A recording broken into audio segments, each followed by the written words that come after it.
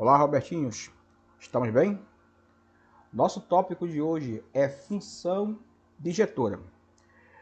Robertinhos, antes de falar sobre a função digetora, nós temos que falar sobre as funções injetora e também sobre as funções sobregetoras. Bora começar ali explicando esses dois conceitos através de exemplos. Começando então aqui com a função injetora, tá bom? Repara aqui que no exemplo 1, nós temos aqui, se eu considerar uma função de A em B, certo?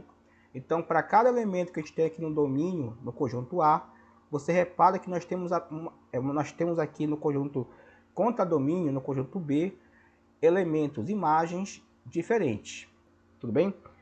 Como for então, cada um com o seu. Nós não temos então imagens repetidas. E como a gente sabe, não tem problema que sobre alguém aqui no B. Onde não pode sobrar é aqui no A. Tudo bem, pessoal? Então, mais ou menos essa aqui é o conceito intuitivo de função injetora. Então, aqui no exemplo 1, nós temos um caso de função injetora. No exemplo 2, pessoal, você percebe que também é a mesma característica, né? Para cada elemento que eu tenho aqui, eu tenho imagem diferente aqui no B. E aqui é mais perfeito porque também não sobrou ninguém, ó. Cada um está com o seu correspondente diferente lá no B. Então, o exemplo 2 também é um caso de função injetora. Repara agora que no exemplo 3, nós não temos a mesma, vamos supor assim, a mesma harmonia que nós tínhamos no exemplo 1 e no exemplo 2. Repara que aqui no conjunto B, nós temos elementos que eles se fazem imagem para mais de um elemento lá no conjunto A, lá no domínio. Repare que aqui, no segundo elemento do conjunto B, chega até ele duas setas. Sim ou não? Então aqui no segundo elemento e consequentemente também no terceiro elemento do conjunto B, chegam até ele, para cada um deles, duas setas. Isso quer dizer então que eles são imagens de dois elementos lá no conjunto A. E pelo conceito de função injetora, isso não pode acontecer, porque a definição de função injetora é que se você pegar dois elementos diferentes, nós vamos ter que ter lá no conjunto domínio, no conjunto contradomínio também, imagens diferentes. Então isso aqui não acontece. Aqui no exemplo 3, nós temos um caso de que não é função injetora. Vamos agora ver aqui os exemplos, os casos de funções sobrejetoras, tá bom? Repara aqui no exemplo 4, então repara que aqui no contradomínio não sobrou ninguém. Então, de forma intuitiva, essa é a definição sobrejetora, é quando o contradomínio ele está sendo todo usado como imagem para alguém lá no domínio, tá?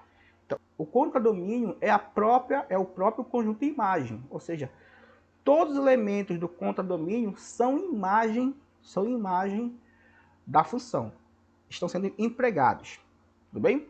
Pessoal, o exemplo 5, nós temos aqui, ó, que o conjunto contradomínio está todo sendo usado, ou seja, não sobra ninguém no conjunto B.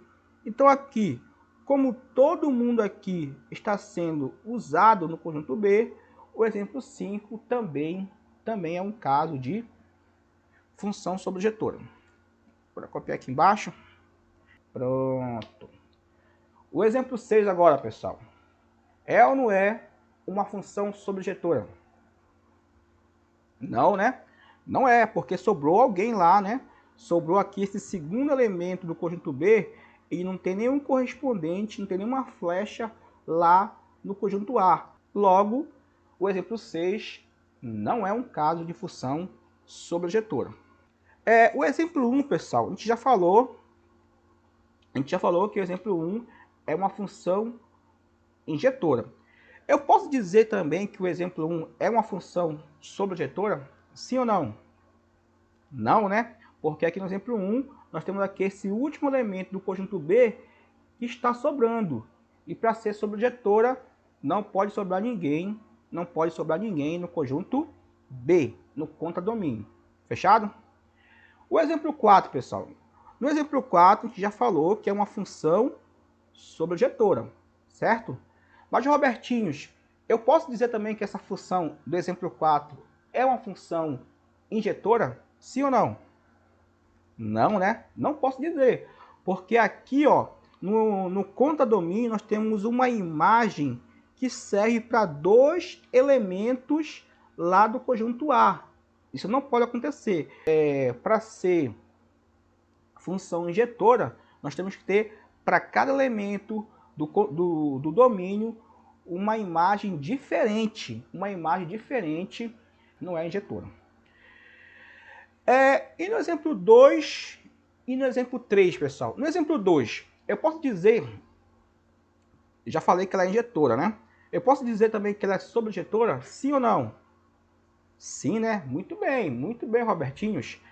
Então, aqui no exemplo 2, também eu posso dizer que essa função, além de ser injetora, também ela é uma função sobrejetora. Muito bem, porque não sobrou ninguém aqui no conjunto B. Então, bora copiar isso aí.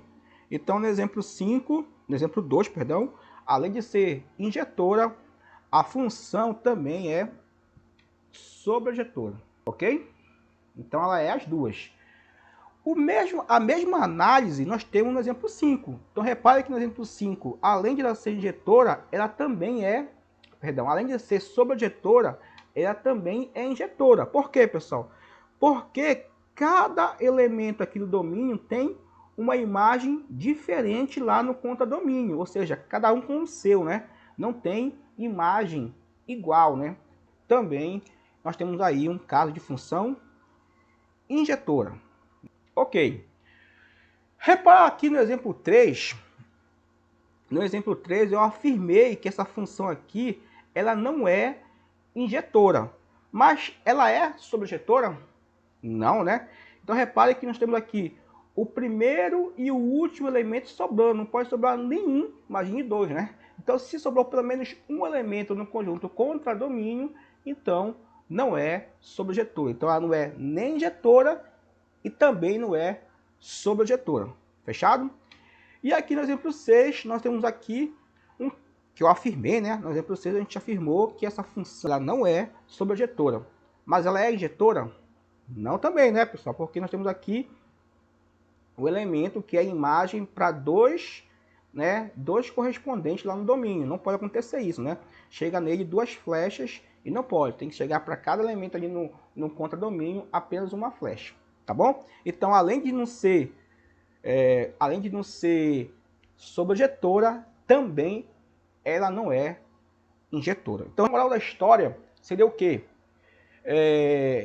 Que existem funções que são apenas injetora, como exemplo 1, ou apenas sobrejetora, como no exemplo 4, né? Tem funções que podem ser ao mesmo tempo sobrejetora e injetora, né? Que é o caso do exemplo 2 e do exemplo 5. E tem exemplos, pessoal, que não é nenhuma das duas. Não é nem injetora e nem sobrejetora, que é o caso do exemplo 3. Então tem exemplo 3 e exemplo 6. E aí a gente pode agora, dessa forma, definir, portanto, a função objetora. Ó. Ela é sobrejetora e injetora ao mesmo tempo. E essa característica nós temos no exemplo 2 e no exemplo 5.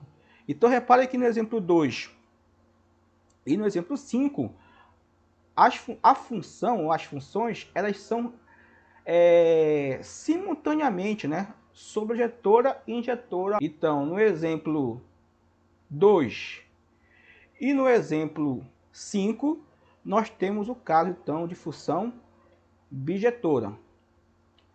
Função bijetora é aquela que é, ao mesmo tempo, sobrejetora e injetora.